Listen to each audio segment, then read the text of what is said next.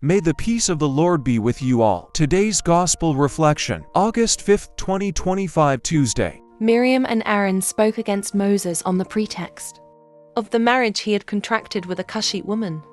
They complained, "Is it through Moses alone that the Lord speaks? Does he not speak through us also?" And the Lord heard this. Now, Moses himself was by far the meekest man on the face of the earth. So at once the Lord said to Moses and Aaron and Miriam, "Come out, you three, to the meeting tent." And the three of them went.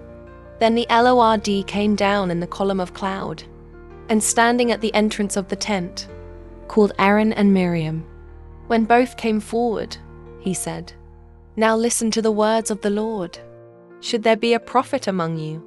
In visions will I reveal myself to him. In dreams will I speak to him. Not so with my servant Moses. Throughout my house he bears my trust. Face to face I speak to him, plainly and not in riddles. The presence of the Lord he beholds.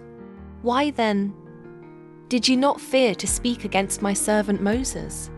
So angry was the Lord against them that when he departed, and the cloud withdrew from the tent, there was Miriam, a snow-white leper.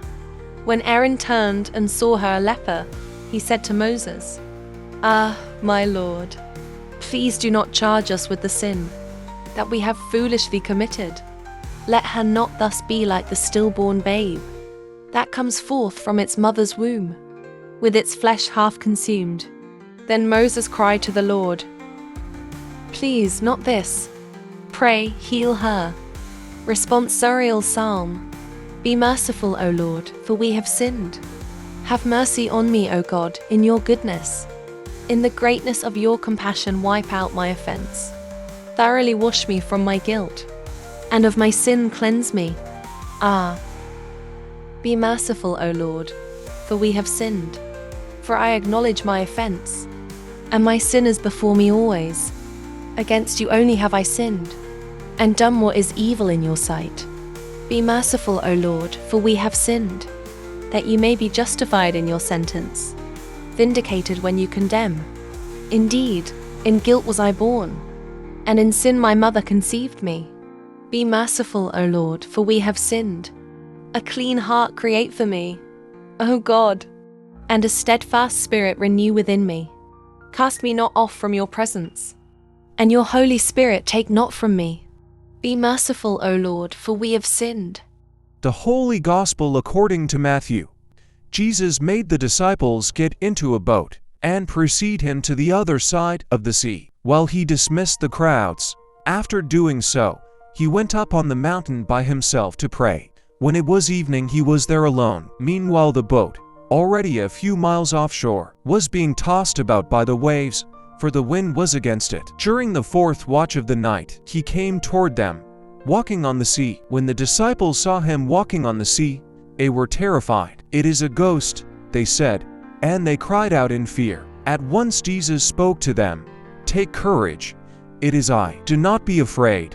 Peter said to him in reply, "Lord, if it is you, command me to come to you on the water." He said, "Come." Peter got out of the boat and began to walk on the water toward Jesus. But when he saw how strong the wind was, he became frightened, and, beginning to sink, he cried out, "Lord, save me." Immediately Jesus stretched out his hand and caught him, and said to him, "O you of little faith, why did you doubt?" After they got into the boat, the wind died down. Those who were in the boat did him homage, saying, "Truly, you are the Son of God." After making the crossing, they came to land at Gennesaret. When the men of that place recognized him, they sent word to all the surrounding country. People brought to him all those who were sick, and begged him that they might touch only the tassel on his cloak, and as many as touched it were healed. The Gospel of the Lord.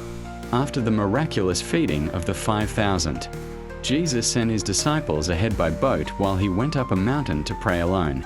As evening came, the disciples found themselves in the middle of a turbulent sea, struggling against strong winds. In the darkest part of the night, something extraordinary happened. Jesus walked toward them on the water, terrified.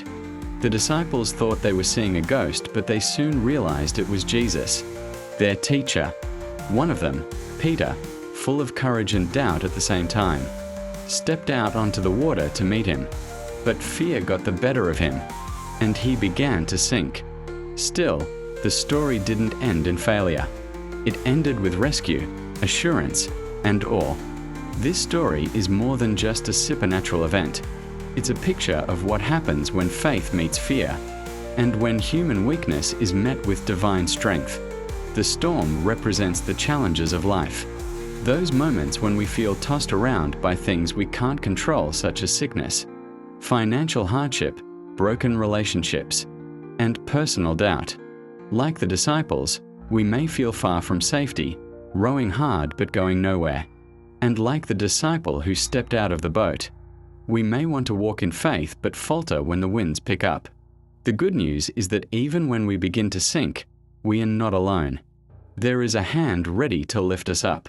In real life, it's easy to focus on the waves, on the problems, uncertainties, and fears that surround us. But this passage teaches us where our focus should be. When our eyes are fixed on Jesus, the one who calms the storm, we find the strength to keep walking. It doesn't mean we'll never feel fear, but it means fear doesn't get the final say. Faith is not the absence of fear. It's the courage to move forward despite it. And even when our faith feels small or shaky, what matters most is the one in whom we place it. He is constant even when we are not. Let this passage be a reminder that storms are not signs of abandonment. They are often places of revelation. The disciples came to know their teacher more deeply not when everything was calm, but in the chaos. It was in the middle of the storm that they witnessed his power and felt his nearness. In the same way, the most defining moments of our faith often arise not from peaceful days, but from stormy nights. We learn not just who God is, but who we are when we choose to trust Him in the middle of uncertainty. So if you find yourself facing wind and waves today, don't be discouraged. Keep rowing, keep believing, and when called to, step out of the boat. Even if you stumble, know that there is grace to catch you and strength to help you rise. Let this be a season where your trust deepens, your vision sharpens, and your faith grows stronger. The storm may not stop immediately, but the one who walks on water walks toward you. He sees you, He knows you, and He will never let you go. Let your life be a testimony, not just of calm seas, but of courage in the storm.